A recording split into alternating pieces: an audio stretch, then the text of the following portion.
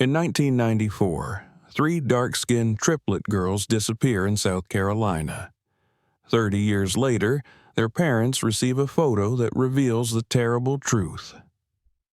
Subscribe to the channel and write in the comments what city you're from. It really matters to us. The air was thick with the smell of honeysuckle and the distant murmur of cicadas humming in the trees as the summer sun dipped behind the pine trees of Halston, South Carolina.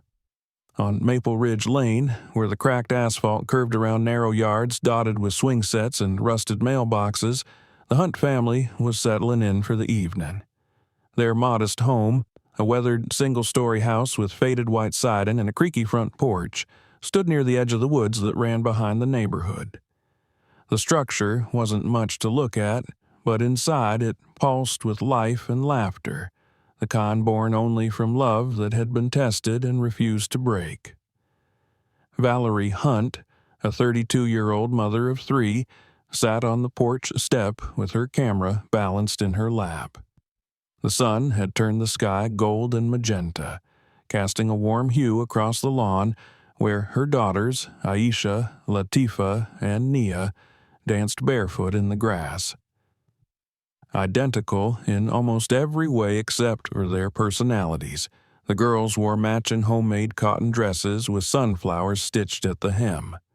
Valerie had sewn the dresses herself, staying up late for a week straight to get them just right. Their hair, done in neat braids, swung as they twirled and giggled, chasing fireflies and blowing bubbles through the lingering dusk.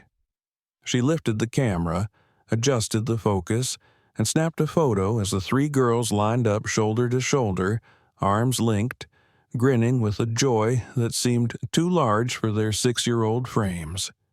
Behind them, the soft shadows of the woods loomed. Valerie smiled to herself, unaware that the picture she had just taken would become the last trace of them for the next 30 years. Inside the house, Marcus Hunt was washing up from his shift at the paper mill, his calloused hands raw from a full day of lifting. He was younger than he looked, 35, with silver already threading his short, coarse hair. Life had taken its toll, but it hadn't dimmed the steady fire in his chest, the one that burned for his daughters. They were his world. He and Valerie didn't have much, but they had love and a fierce determination to raise their girls right, no matter what they lacked in money. That night, as Valerie tucked the girls into their shared bed, a second-hand bunk with a trundle mattress pulled out underneath, she hummed softly under her breath. Each girl received a kiss and a whispered, "I love you," followed by their nightly ritual of questions. Will you still love me when I'm old? Will you remember my name if I turn into a cat? Valerie answered every one with patience and a smile, as she always did. Then the room fell quiet. Outside, the moon climbed slowly behind wisps of cloud. A fan buzzed in the corner of the hallway. Valerie returned to the kitchen to rinse out cups and prepare her work apron for the next morning. Marcus sat at the table, going over overdue bills with a furrowed brow. Neither of them knew that they had less than an hour left before their lives would be split into two, the time before and the time after. It started with a sound, faint, like the scrape of branches or maybe the creak of floorboards. Valerie paused, sponge in hand, tilting her head toward the hallway. Marcus looked up. They both waited. Nothing. She laughed softly and shook her head. But minutes later, when Valerie passed by the girls' room on her way to the bathroom, she froze. The door, which she had left cracked open, was now wide. The fan's hum was louder now, the air colder. She stepped inside. The beds were empty. At first, she thought they might be hiding, playing a prank. Her voice trembled as she called out their names. No response. She looked under the trundle, behind the curtains, even in the closet. Nothing. Her breath caught in her throat, her knees buckled. "Marcus!" she screamed. He was there in seconds, eyes wide, heart pounding. Together they searched the house. The front door was still locked, the windows were shut. No broken glass, no muddy footprints, just absence. A terrible, echoing absence. They ran outside, calling into the night. Neighbors emerged in pajamas and robes, clutching flashlights and confusion. Police were called. Hours passed in a blur of red and blue lights, clipped questions, and notepads. Dogs were brought in. Officers fanned out through the woods with flashlights, calling names into the darkness. By dawn, there was still no sign of Aisha, Latifa, or Nia. The official story started to congeal within days. There were no signs of forced entry, no witnesses, no ransom note, no fingerprints that didn't already belong in the house. The investigating officer, a man with thinning hair and a permanent squint, mentioned more than once that children sometimes just wander off. He said it with a shrug that made Valerie want to scream. But these were not girls who wandered. They had a nightly routine. They were 6, they were loved, and now they were gone. The town rallied for a week. Flyers were printed. Church groups held vigils. Volunteers combed the woods. Then the momentum slowed. Reporters stopped coming. Questions dried up. Tips turned to nothing. The official case was reclassified as unresolved family incident. Whispers started. Maybe the parents had done something. Maybe the children had never been real. Valerie was quietly asked not to return to work. Marcus was questioned twice more, then left alone. Valerie, once vibrant, began to dim. She stopped speaking to neighbors. She stopped smiling. She stopped sleeping. Her hair thinned. Her clothes hung loose. Eventually, she packed a suitcase and left Marcus behind. She drove until the road blurred and the past followed no more. She changed her number, got a new job, tried to survive. Marcus stayed. He couldn't leave. He walked the perimeter of the woods every day, even after the police gave up. He saved every newspaper clipping, every police record, every letter from supposed psychics and self-proclaimed mediums. His daughters weren't gone. They were taken. He knew it. In time, the Hunt house was sold to pay off debts, then abandoned, then torn down. But some things remained. In a small cedar box, Valerie kept that last photograph, her daughters smiling in the amber light of a summer evening, framed by trees.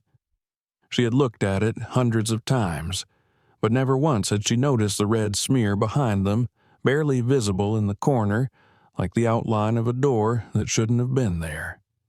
Not until 30 years later, when it came back to her in the mail. 30 years later, the photograph arrived without explanation. No return address, no message.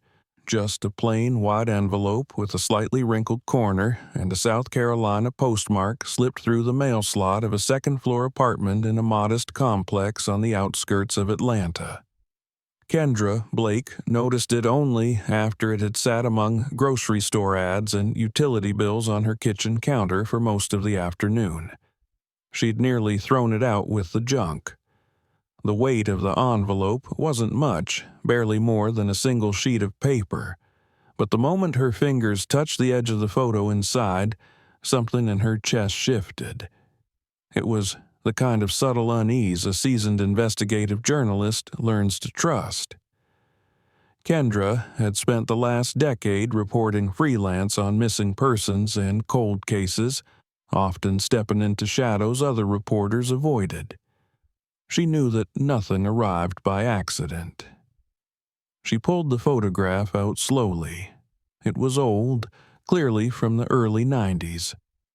The paper had yellowed slightly at the edges, and the colors had that sun-faded softness of a decades-old snapshot. 3 little girls stood in the center, dressed in identical pale blue dresses, with small sunflowers stitched near the hem. They were barefoot, their feet darkened with dirt, their arms wrapped around each other. Their smiles were so wide, so full of life, it almost hurt to look at them. It was the background that froze her breath. Behind the girls, mostly obscured by trees and dappled light, was a structure. A house, perhaps, or a shed. It was difficult to tell, but one detail stood out with jarring clarity. A door. A bright, unmistakably red door. Not maroon, not rust-colored. Red like blood or a stop sign. It looked out of place, almost surreal, as if someone had painted it onto the photo after the fact. Kendra turned the photo over. Nothing written. No date, no location, but something about the image tugged at her. She scanned the girls' faces again. They were all the same age, maybe 5 or 6. Their hair was braided, parted neatly, each in a slightly different pattern. One had a front tooth missing. Another had a string of beads around her wrist. The third was squinting slightly, as though the sun had been in her eyes. They looked like sisters. No, triplets. She left her tea cooling on the windowsill and sat at her laptop. Within minutes, she was diving into databases using facial recognition tools she'd become adept with over the years. She entered descriptors: 3 African-American girls, approximate age 6, photograph estimated date between 1990 and 1995. Her search took her into archives of missing children, public record databases, and national registries. It didn't take long to find the case. Halston, South Carolina, June 14, 1994. Aisha, Latifah, and Nia Hunt, 6-year-old triplets, disappeared from their home during the night. No forced entry, no signs of struggle. The case had gone cold within months. The girls had never been seen again. Kendra leaned back in her chair, heart beating faster. The photo in her hand showed them outside, happy, likely hours, maybe minutes, before they vanished. Yet this photograph wasn't listed in any public archive. She found the missing poster, a grainy scan with only one formal image of each girl, presumably school portraits. But not this photo. Not the one with the red door. She dug deeper. Halston had long been considered a place with limited resources and limited interest and controversy. The case file was closed. No new leads had been reported since 1996. The parents, Marcus and Valerie Hunt, had separated the following year. Marcus remained in the town. Valerie had disappeared from public records. Kendra's fingers hovered over her keyboard. She wasn't just looking at another cold case. Something about this felt personal, deliberate. Someone wanted her to see this photo. Someone wanted this case reopened. That night, she couldn't sleep. The image of the red door burned behind her eyelids. She had examined the photo for signs of manipulation. None. She scanned it with forensic tools. Nothing suggested it had been doctored. But the door didn't make sense. According to historical maps, aerial photos, and property surveys from 1994, there was no structure with a red door anywhere near the Hunt's residence. In fact, there were no structures in the woods behind the neighborhood at all. By morning, she had booked a rental car. Halston hadn't changed much since 1994. If anything, it had grown quieter. The storefronts in the town square were a mix of the abandoned and the barely surviving. The old gas station had been turned into a bait shop. The library still used a card catalog. Kendra drove slowly through the streets, guided by printed directions, cell reception long since gone. Maple Ridge Lane was still there. The houses were different, some torn down, some rebuilt, but the curve of the street remained. The lot where the Hunt house once stood was now an overgrown patch of grass and weeds, surrounded by a rusted chain-link fence. Someone had nailed a faded "For Sale" sign to a tree, the phone number barely legible. Kendra parked at the edge of the block and stepped out, holding the photograph in one hand. A warm wind rustled the trees behind her.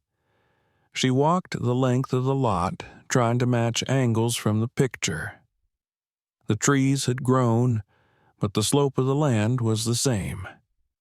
She turned in a slow circle, aligning the angle of sunlight and shadows from the photo with the current scene. The red door would have stood just beyond the fence line, where the woods thickened. But now there was nothing. No house, no foundation, no remnants of a building, just trees and silence. She asked around. The neighbors who remained were mostly elderly. Some remembered the case. "A damn shame," one woman said. "Those girls were sweet. Mama always kept them clean and polite." Another muttered about the parents. They were different. Quiet folk. Some said it was them. Took their own kids. But no one remembered a red door. Kendra found Valerie 2 hours outside of town, living in a trailer park tucked behind a highway diner. The lot was quiet, the air heavy with the scent of engine oil and pine. Valerie opened the door after 3 knocks. Her face was older, paler than in the newspaper photo Kendra had seen, but her eyes, dark, sharp, weary, were unmistakable. "I'm not doing interviews," she said without preamble. "I'm not here for an interview," Kendra replied. "I'm here because someone sent me this." She held out the photo. Valerie's face didn't move for several seconds. Then her hand reached out slowly, like she was afraid the picture might dissolve if she touched it. Her fingers trembled as she took it. Her eyes locked onto the faces of her daughters, and something in her expression cracked. "This. Where did you get this?" she whispered. "It came to me anonymously," Kendra said. "Yesterday. I think it's important." Valerie nodded, still staring. "I took this, myself, with my Kodak. I remember the day. They were playing with dandelions. Nia had just gotten her beads. Aisha kept tugging Latifah's braid. She traced the edges of the photo with her thumb. I thought this picture was lost forever." She sat down on the stoop, still holding the photo, silent for a long moment. "I looked at this 100 times back then. Never saw it." "Saw what?" Valerie pointed. "That," she said, "that red door. That was never there." Kendra sat beside her. "You're sure?" Valerie's voice was hollow. "We lived there 5 years. There was never a house back there. Nothing but trees." "Could someone have built something temporary?" "Not without us knowing, and not that close. I'd have seen it." Kendra took the photo gently. "I checked all the old property records. The lot behind your house was registered as undeveloped land. But in older records, 1982 I think, there was a note, a structure labeled Mission of St. Emmanuel. It disappeared from records in 1990. Valerie looked at her, eyes narrowed. "What kind of mission?" "I'm trying to find out." That night, Kendra booked a room in the only motel in town. She didn't sleep. She stared at the ceiling, the fan spinning slow above her. In her mind, 3 girls danced in summer dresses under a bleeding red door, and somewhere far from here, someone was watching, waiting, and maybe, just maybe, regretting that they'd let the photograph resurface at all. Morning crept over Halston like a slow exhale, the pale light making everything look older and smaller. Kendra sat at the window of the roadside motel, watching the mist burn off the parking lot as a truck pulled away. She had barely slept. A red door lingered in her mind, vivid and impossible, a scarlet thread woven into a fabric that should never have included it. The photograph lay beside her on the table, worn now from being handled so much, the edges frayed from Valerie's trembling fingers the day before. She had promised to come back. Valerie hadn't asked for anything, not even details. She simply said, "If you find something, I want to know. I deserve that." Kendra had nodded. She didn't say aloud what she was thinking, that what they might find could hurt more than the not knowing had. Kendra's next destination was clear: the father. According to the scant recent records she could find, Marcus Hunt still lived in Halston, if it could be called living. He wasn't listed with a phone number or on social media. Property databases showed he'd owned and sold a small parcel of land just outside of town a decade ago. More recently, there was a registered mailing address to a trailer lot on the far edge of the county line, near an old industrial plant. She drove there now, the trees blurring past as the road narrowed and cracked beneath her tires. The trailer lot was not the kind of place people stumbled upon. It clung to the edge of a decaying pine forest, a cluster of single-wides and rusting sheds surrounded by chain-link fences and barking dogs. It smelled faintly of oil, damp leaves, and the ever-present rot of things left too long in the rain.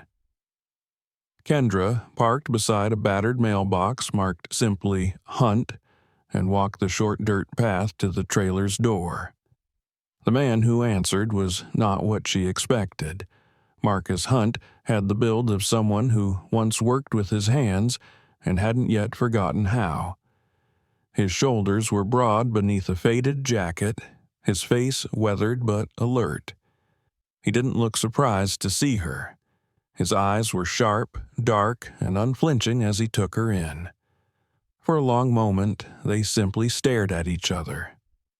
"Kendra Blake," she said, holding out a card. "I'm a journalist." He took the card but didn't look at it. "Why now?" he asked. "Because someone sent me this." She handed him the photograph. He took it with the same reverence Valerie had. But where Valerie's fingers had trembled, Marcus's were steady. He studied the image for a long time, saying nothing. Then he walked back inside the trailer, leaving the door open behind him. She followed. The space inside was tight, dim, and remarkably clean. A single table stood beneath a buzzing ceiling light, covered in stacks of yellowing folders, newspaper clippings, maps, and copies of what looked like official forms and correspondence. The walls were pinned with timelines, photos of 3 girls aged 6, and circles drawn in red ink around places, dates, and names. Kendra stopped short. "You kept everything," she murmured. "I never stopped," he said. He laid the photo carefully on the table and picked up a magnifying glass. He looked at the red door in the corner of the image. "That wasn't there," he said without looking up. "Not back then, but I see it now." "I know," Kendra said quietly. Marcus sat in the worn chair and motioned for her to sit across from him. He leafed through a folder, pulling out a copy of a topographical map. He pointed to a shaded section just beyond Maple Ridge Lane. "Property line ends here. That's where our backyard stopped. Beyond that, undeveloped land. That's what the county called it." He flipped to a photocopy of a deed, dated 1982. But before that, it was owned by a private religious organization, St. Emmanuel's Outreach Mission. Kendra leaned in. "Same name Valerie gave me. I've been trying to trace it for years, but it was dissolved in 1990. No forwarding information. The land was donated back to the county, except no paperwork confirming the transfer was ever filed. It's like the organization evaporated." What did they do? Claimed to house troubled children, unwed mothers, immigrant families, a few newspaper blurbs about them in the 70s. Then nothing. Kendra reached into her bag and pulled out an envelope. I had this scanned. It's from the original negative Valerie gave me. She laid a glossy print on the table, an enhanced version of the photograph. The girls were clearer now, the lighting adjusted. But more importantly, the shadows behind them had been digitally enhanced. "There," she said, pointing. "Look in the window behind the red door." Marcus stared. Inside the dark glass, just visible, was a faint silhouette. A man, perhaps. Tall, thin. Just a blur, but human. And behind him, something that looked like a shape. Small, like a child, half obscured by the curtain. His jaw tightened. "I remember that night," he said. "Something woke me up. I thought I saw a red light through the trees, like brake lights. But I didn't hear a car, no engine, just this glow. I got up, checked the yard. The back gate was shut, no footprints in the dirt, but I knew something was wrong. When Valerie started screaming, I already knew." He stood and walked to a locked drawer, opened it, and brought out another photo. This one was older, grainier. It showed the backyard from a slightly different angle, taken during a neighborhood cookout. Children ran through the grass. In the background, the same woods.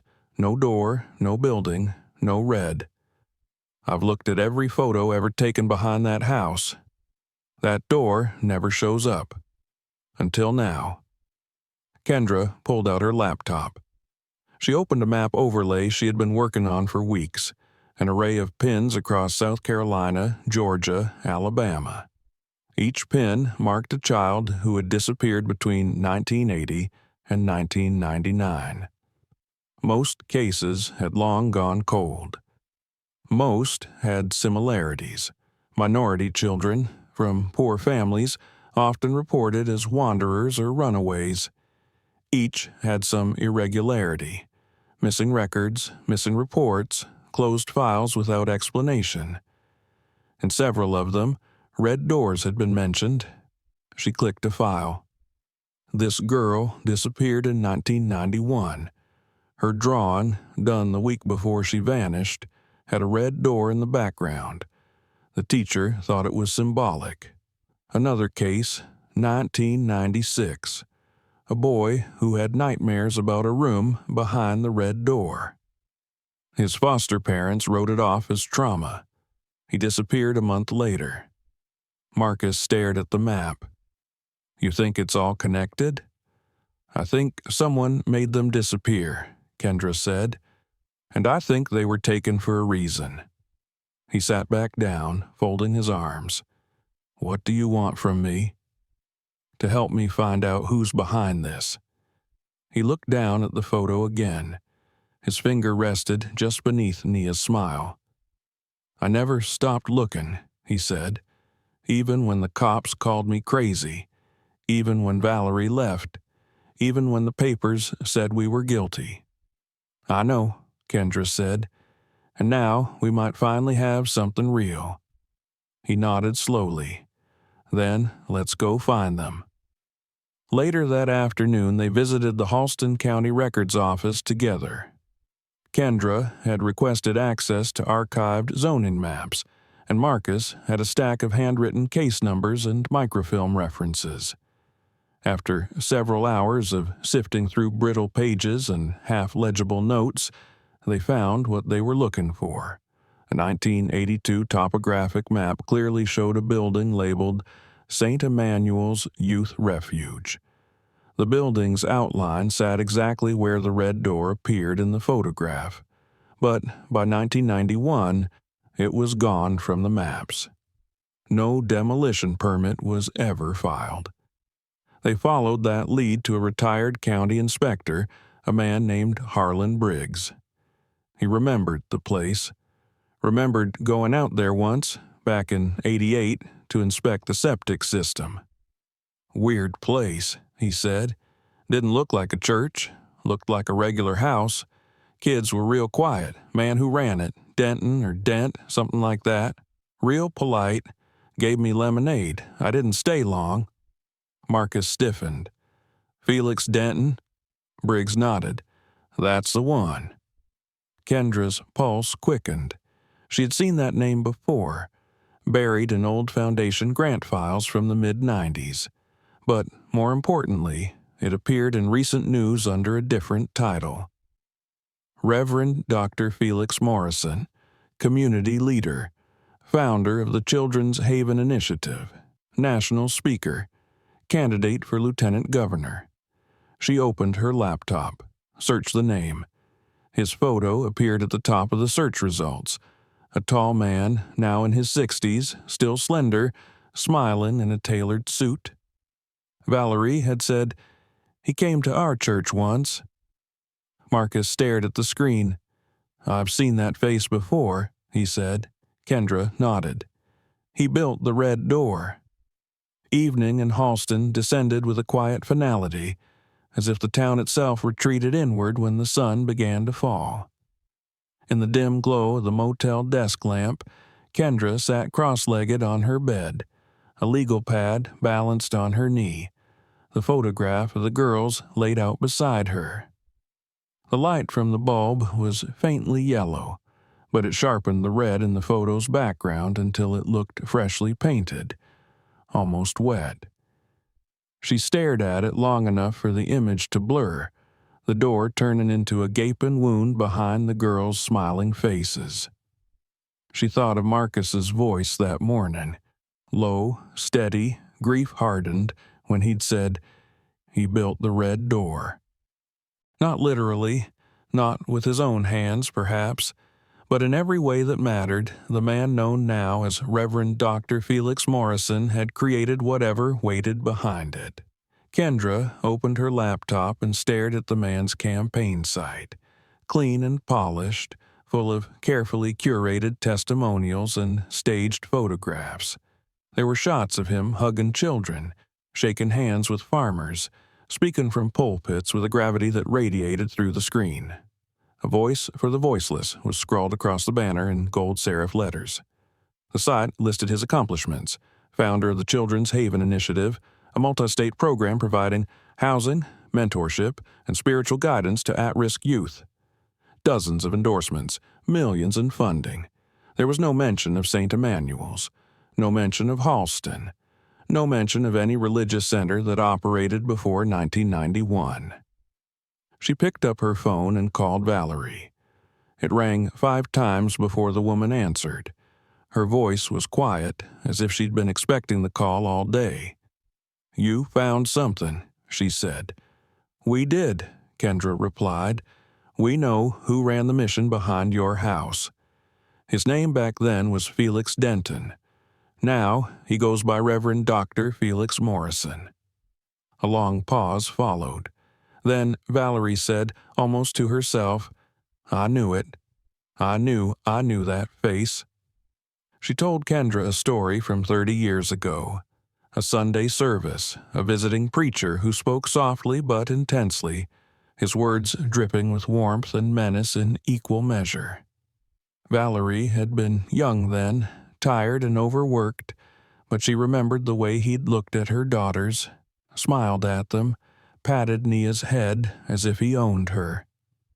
"He gave me his card," she whispered, "told me if I ever needed help with the girls I could bring them to the mission.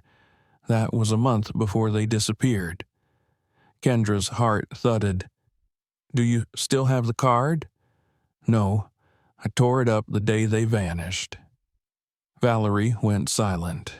Then, almost inaudibly, she said, "You think he took them?"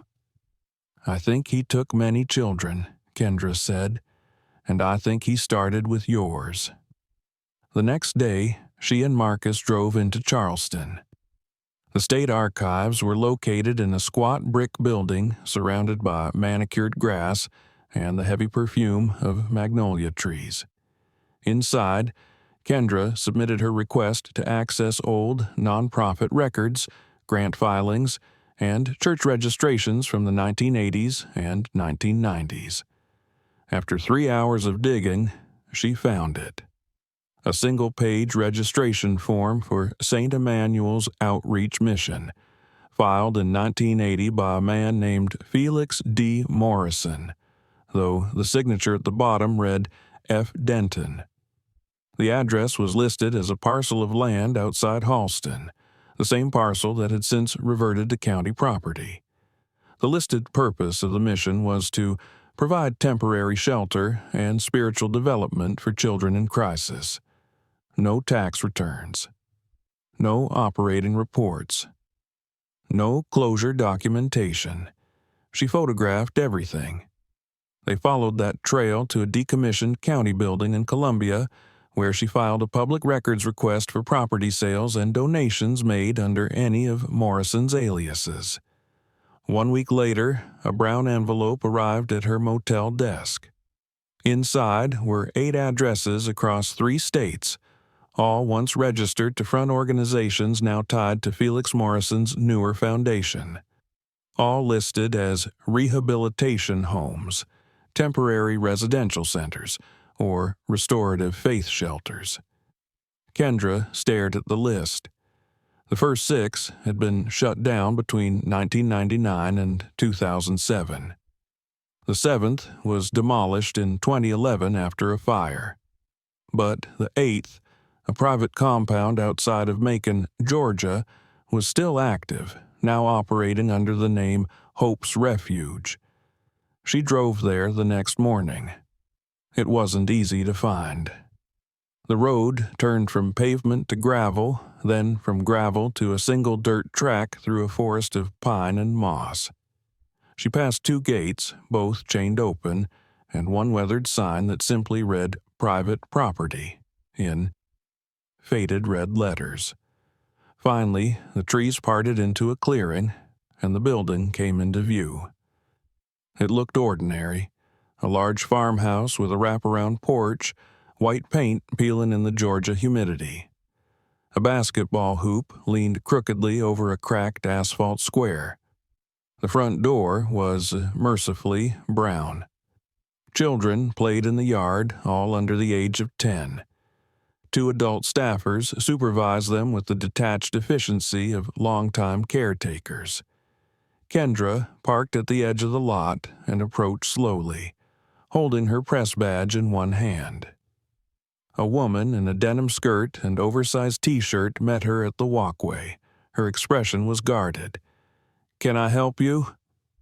"I'm writing a piece about faith-based child welfare programs," Kendra lied smoothly. "I've heard a lot about Hope's Refuge. Would it be possible to speak with someone?"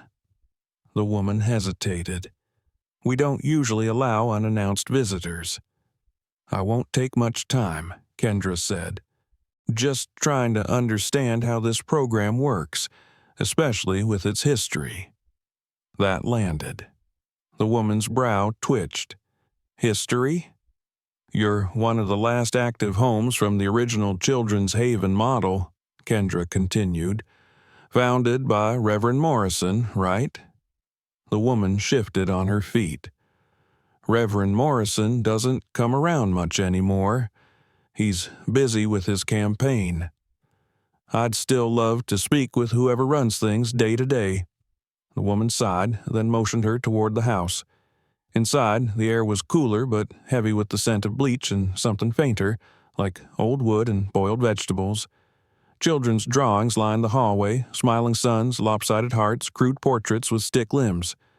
One of the staffers introduced himself as Brother Caleb and led Kendra to an office filled with cheap furniture and a large photo of Morrison on the wall. She asked her questions.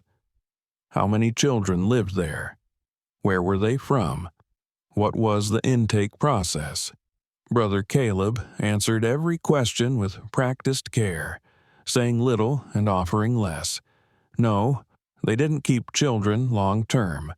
No, they didn't involve outside therapists. No, they weren't required to submit to state inspections unless allegations were filed. When she asked about St. Emmanuel's, he frowned. "That was before my time," he said. "A lot of the early homes aren't around anymore. Things were different back then." "Different how?" He hesitated. "Less oversight," he said finally. "More freedom." Kendra left with a tight knot in her chest. That night, she shared everything with Marcus and Valerie: the list of homes, the drawings, the intake forms with forged birth dates and erased surnames, and the name, Hope's Refuge, that appeared in a 1995 court document as the alleged destination for a child relocated from Halston County after family abandonment. The name on the document was blacked out, but the date matched. June 15, 1994. The day after Aisha, Latifah, and Nia vanished. Valerie pressed the paper to her chest. Marcus closed his eyes.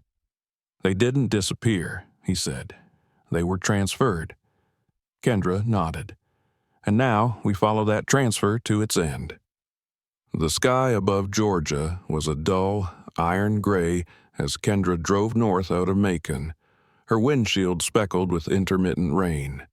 It came down in threads at first, then with a steady pulse, blurring the road and turning the shoulders of the highway into watery mirrors. Her fingers clenched the steering wheel as she navigated each mile, the weight of the manila folder on the passenger seat pressing against her thoughts like a heartbeat. Inside the folder were two names. Two women. Two identities manufactured by someone else and stitched into lives that had never truly been theirs. Kendra had spent the past week following a paper trail from the Georgia Department of Health and Human Services to a private adoption attorney in Charlotte, and finally to an encrypted genealogy database accessible only to those who knew how to search for ghosts. Their real names had been erased, rewritten. But DNA doesn't forget.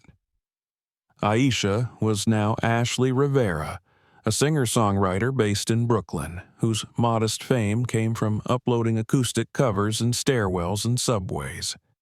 Her voice had a tremor to it, like something caught between grief and grace, and her fans often said she sounded like someone who had lived 10 lives before 25. Latifah was now Nicole Stanton, a trauma nurse in Columbus, Ohio. Her hospital records painted her as resilient, calm in crisis, and fiercely protective of her pediatric patients. Co-workers said she never cried, even after a child died. She kept a gold bracelet in her locker, a piece of jewelry she never wore but never left behind. Kendra had watched hours of videos, read interviews, skimmed hospital staff notes, and spoken, without revealing too much, to people in their circles. She knew Ashley had been adopted at age 7 by a couple in Connecticut who divorced 2 years later.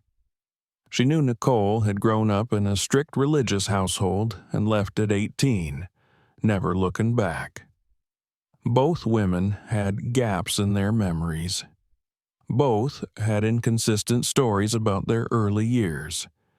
Both had features unmistakably shared with the girls in the photograph. She called Marcus and Valerie from a rest stop near Richmond. Their voices were hushed, as though speaking too loudly might scare the moment away. "Are you sure?" Valerie asked, her voice cracking. "I'm sure," Kendra said. "They're yours." There was silence, thick and trembling. "We want to meet them," Marcus said finally, "if they'll let us." Kendra didn't promise anything. She knew the next part would be delicate. She drove first to Columbus. The hospital was a brick and glass monolith with cold elevators and corridors lined with pale blue chairs. She waited in the cafeteria for nearly 2 hours before Nicole arrived. She looked tired but composed, her scrubs marked with faint splashes of iodine. Kendra recognized her instantly. "Miss Stanton," Kendra said, standing. Nicole's eyes narrowed, the way people's do when they sense something's about to change. "I'm not buying anything," she said. "I'm not selling anything," Kendra replied. "I'm here about your birth family." Nicole stiffened. She didn't sit. "I don't have one." Kendra hesitated. Then she placed a copy of the photograph on the table. Nicole stared at it. "That's not me," she said. "You think that?" Kendra said gently. But it is. She watched Nicole's mouth press into a line. The woman leaned down, picked up the photo, and examined the girls. Her fingers trembled, just slightly, at the corners. Kendra didn't speak. She let the silence stretch, let the questions bloom in Nicole's mind. I used to have dreams, Nicole said finally. A place with trees, a backyard. Sometimes there was a door, a red one, but I thought I made it up. You didn't, Kendra said. Your name used to be Latifah Hunt. You had 2 sisters. You disappeared when you were 6 years old. Nicole didn't cry. She sat down slowly and placed the photo in front of her. What happened to us, Kendra told her. Not all of it. Not yet. Just enough to make the ground beneath her feet crack. An hour later, Nicole walked out of the hospital without clocking out. She needed air. They sat in Kendra's car, windows fogged from the rain, as she looked through the folder. Court documents, falsified adoption papers, and, finally, a sealed DNA result confirming the match with Valerie Hunt. Nicole closed the folder. I want to meet them, she said, but I'm not ready to be anybody's daughter. Not yet. Kendra nodded. That's okay. She waited a day before heading to Brooklyn. Ashley was harder to reach.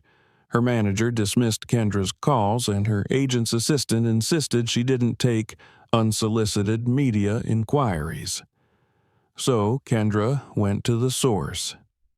She found Ashley recording an acoustic set in a converted loft, the space full of exposed brick and tangled cables.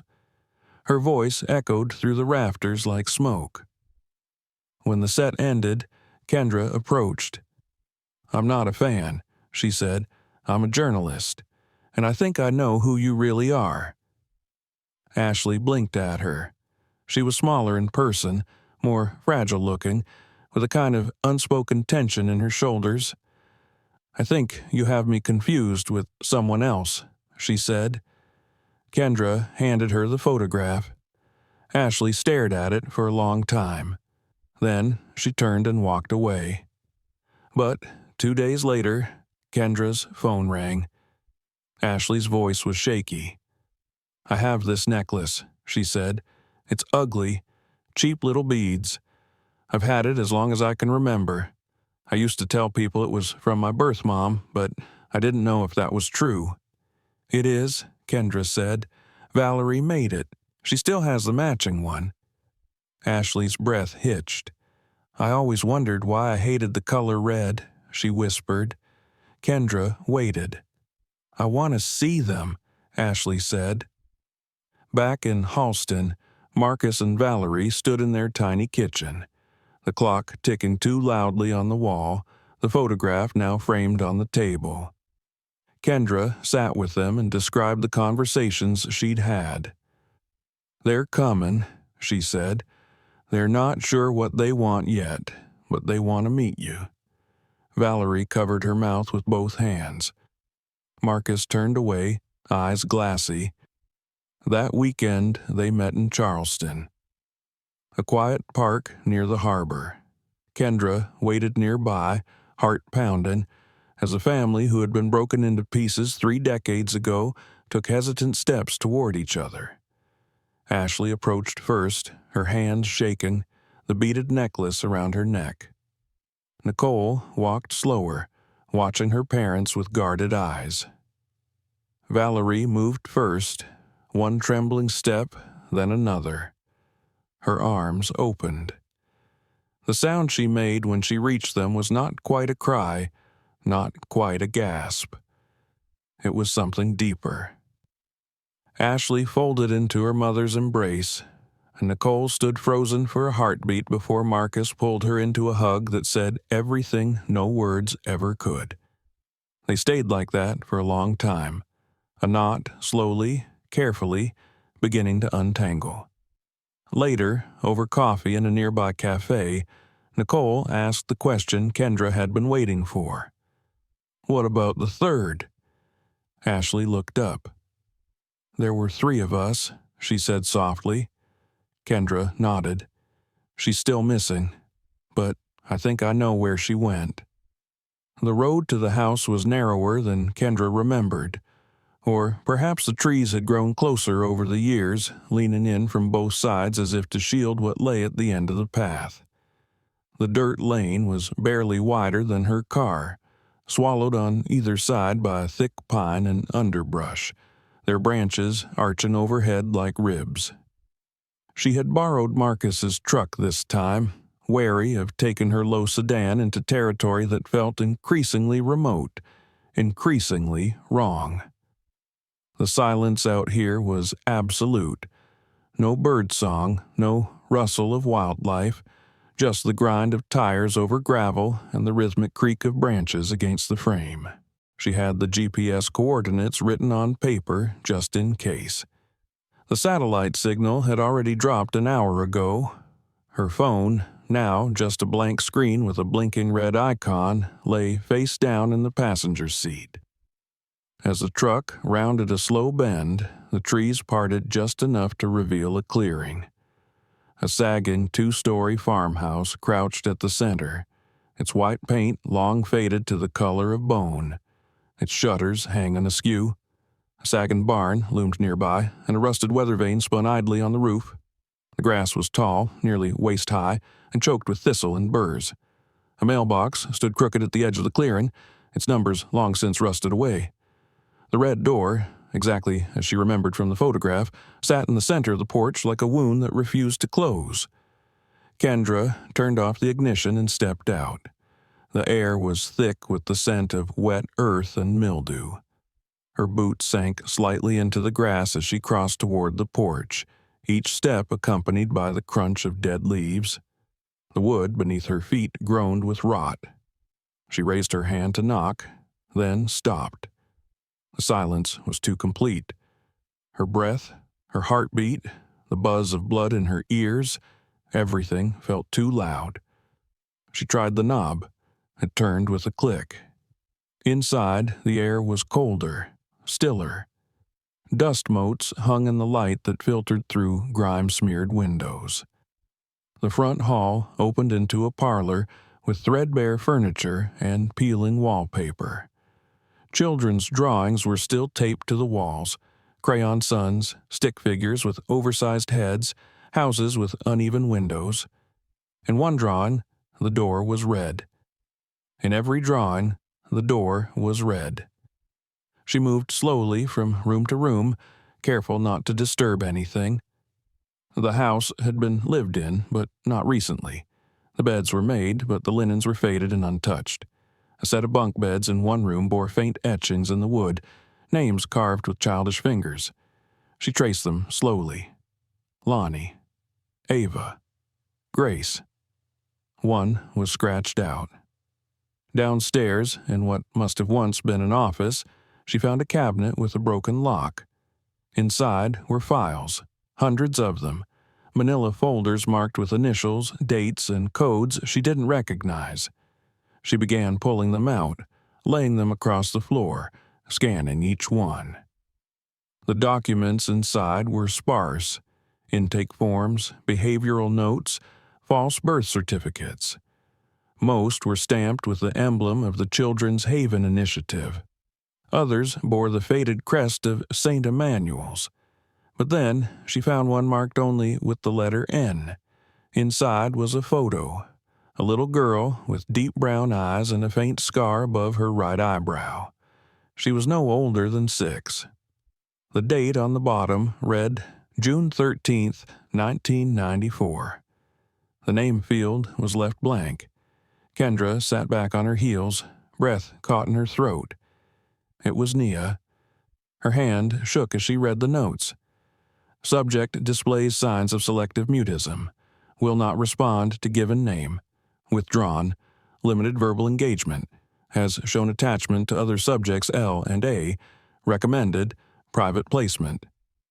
There was an address. It wasn't this one. A second property. The note simply called it Residence B. Kendra photographed the page. She stuffed the folder into her bag along with several others and backed out of the room. She didn't hear the footsteps behind her until it was too late. "Looking for someone?" a voice asked. She froze. A man stood in the doorway, silhouetted by the light from the porch. He wasn't old, but his face carried the weight of years. Sharp cheekbones, pale eyes, and a mouth set in something between amusement and suspicion. He wore work boots and a plain flannel shirt, and his hands were empty. But his presence made the air feel heavier. "I saw your truck," he said. "Private property, you know." Kendra straightened. "I'm with the press," she said, "looking into the history of this place. Are you the caretaker?" The man studied her, then nodded once. "You could say that." "Do you know what this house was used for?" she asked. "I know what people say," he replied. "But people say a lot of things. Stories grow in places like this." She took a step forward. "Were you here in 1994? The man didn't answer. He turned and walked out onto the porch. Kendra followed. "Who lived here?" she asked. "Kids," he said, "for a while. And him." "Felix Morrison?" He didn't reply, but his silence was answer enough. "Did you know a girl named Nia?" He looked at her sharply. "You should leave," he said. "Now." She didn't move. "She's alive," Kendra said. "We know she was here. We know she was taken from Halston. And we know this house was one of the stops." The man's jaw clenched. "She wasn't like the others," he muttered. "Didn't speak, wouldn't eat unless she was fed by hand. He said she was special, different." "Where is she now?" Kendra demanded. He shook his head. "I don't know. He took her, said she needed peace, said she wasn't ready to be around other children." "Where did he take her?" He turned, meeting her eyes for the first time. "There's a place," he said. "Not far. Gated. Hidden. They call it the Retreat. He used to take the quiet ones there, the ones who wouldn't forget." Kendra's heart pounded. "Do you have an address?" He didn't answer, but he took a notepad from his pocket, scribbled something, and handed it to her. "You didn't get it from me." She turned to leave. "Tell her," he called after her. "Tell her she wasn't forgotten." Back in Halston, Kendra drove straight to Valerie and Marcus. The sisters were still there, sitting together on the couch like magnets, slowly relearning their pull. When Kendra walked in, the room went silent. She handed Valerie the folder. "She was there," she said. Valerie's hands trembled as she opened it. When she saw the photo, she collapsed into Marcus's arms. Ashley and Nicole leaned in, their faces white with shock. "She's alive," Kendra said. "I'm going to find her." "I'm going with you," Marcus said. "I want to come too," Valerie whispered. Ashley nodded. "We all do." Kendra looked at them, the family once torn apart, now inching back together, and nodded. "Then let's bring her home." The final stretch of road twisted like a vein through the forest, flanked on both sides by trees that had stood for decades, silent sentinels to whatever secrets lay hidden in the soil. They drove in a slow caravan, Kendra in front with Marcus, Valerie and Ashley in the second car, Nicole following behind in her rental. The air was unusually still, as if the earth itself held its breath. They had left before dawn, passing through the fog-drenched valleys and the narrow back roads that wove through rural Georgia, until the GPS blinked out again, and they had to rely on the handwritten directions Kendra had received. The retreat, according to the scrap of paper, was located beyond a shuttered church and down a gravel road that no longer appeared on any map. As they turned off the main route, the tires crunched against rocks and loose soil, kicking up clouds of dust that hung in the morning air. The deeper they went, the more the trees seemed to lean in, as if trying to stop them from reaching whatever lay ahead. Kendra's heart beat steadily in her chest, but she could sense Marcus's tension beside her. He hadn't spoken much that morning. His fingers gripped the dashboard, and he stared ahead with the gaze of a man who had waited too long, seen too much, and still dared to hope. Valerie, in the car behind, had spent most of the drive in silence too, her hands folded tightly in her lap, her lips moving soundlessly in prayer. The daughters, Ashley and Nicole, had insisted on coming, though neither quite knew what they would find. When they crested a small ridge, the forest parted like a curtain, revealing a high chain-link fence that circled a cluster of low buildings with whitewashed walls and darkened windows. There was a gate at the front, padlocked and topped with rusting barbed wire. A wooden sign, partially obscured by vines, read simply, "The Retreat." No visitors, no trespassing, private land. They parked just outside the gate. No other vehicles were visible, no signs of recent activity. Kendra climbed out first, her boots hitting the gravel, the air thick with damp pine and moss. The others followed, slowly, like pilgrims at the end of a long journey. The gate was locked, but the fence wasn't tall enough to stop them. Marcus was the first to climb, his body slower than it once was, but fueled by something deeper than strength. Valerie went next, helped over by Ashley and Nicole. Kendra was last, swinging over and dropping lightly to the ground on the other side. The compound was eerily quiet. A single dirt path led to the central building, its windows shuttered and its door ajar. Weeds grew wild along the foundation, curling up the walls like fingers. They approached as one, hearts pounding in rhythm. Inside, the air was stale and still. The foyer opened into a common room with faded couches and dusty bookshelves.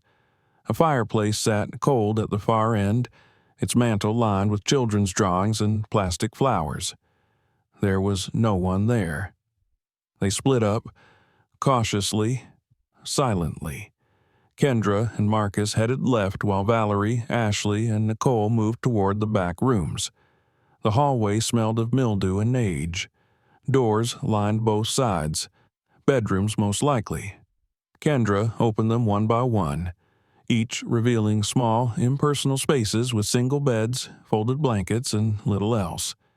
No photographs, no toys, nothing to mark a life. Then Marcus stopped. "This one," he said. Kendra stepped beside him. The room was the same as the others, except for one thing.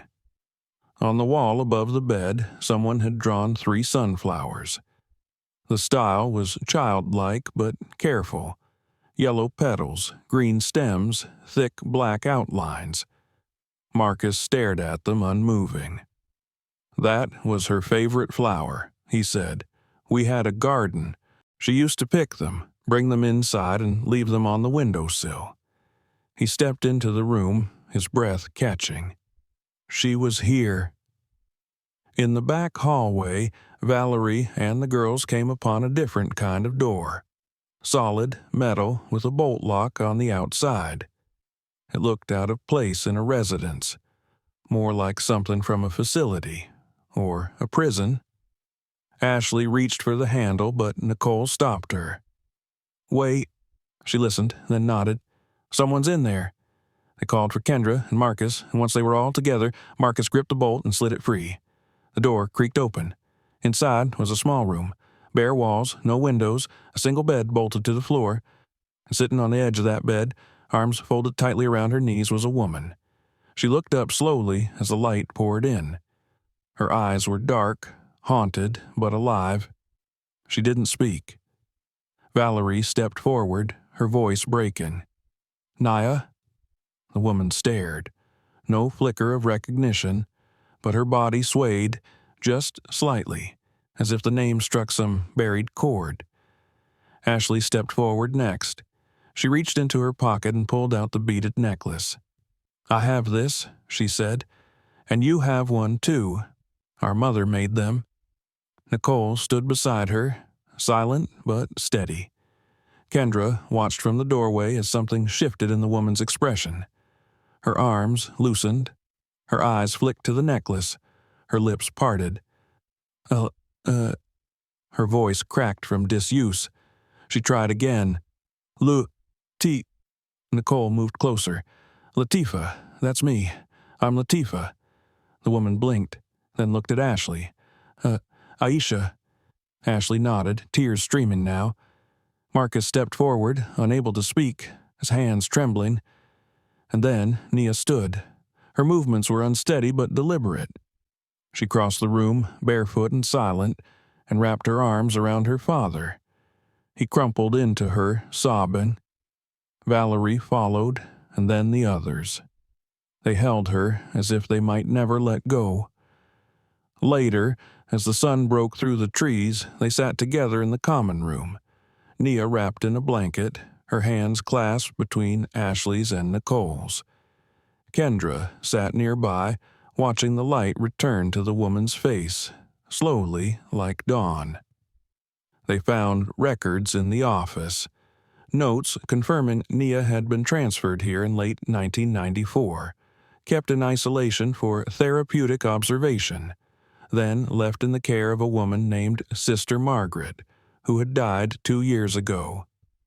No one else had come. No one had checked. She had been forgotten, by the system, by the world, but not by her family. They stayed that night in a motel off the highway, all 6 of them sharing adjacent rooms. Valerie and Marcus didn't sleep, but they didn't need to. They lay side by side, holding hands, the space between them no longer hollow. Ashley and Nicole stayed with Nia, taking turns sitting beside her as she slept. In the quiet hours of early morning, Kendra heard them laughing, softly, hesitantly, like girls who had finally found their way back to something real. A week later, the story broke. Kendra published everything: names, locations, documents. Survivors came forward. Investigations were launched. Reverend Felix Morrison's political campaign imploded overnight. He was arrested within days, charged with conspiracy, unlawful detainment, and dozens of other crimes. But for the Hunt family, justice had already begun. Not in a courtroom, not in headlines, but in the moment a woman remembered her name, in the arms that held her, in the flowers they planted together that spring. 3 daughters lost, 3 daughters found, a family reclaimed. If you enjoyed this story, make sure to subscribe for more. Check out the next video and explore others on the channel. And don't forget to share this video with someone who needs to see it.